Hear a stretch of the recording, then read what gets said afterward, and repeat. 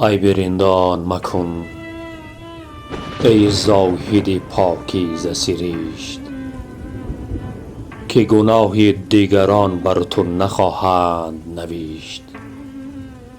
من اگر نیکم اگر بد تو برو خود را باش، هر کسی آن در رود عاقبت کار که کیشت. همه کس طالب یارند، چه هوشیار و چه مست، همه جا خانه عشق است، چه مسجد چه کنیشت.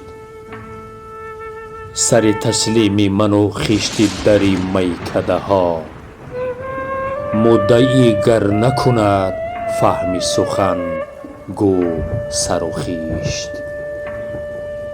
ناامیدم مکن از سابقه لطف ازل، تو پس پرده چه دانی که کی خوب است و کی زشت. نه من از پرده تقوا به در افتادم و بس،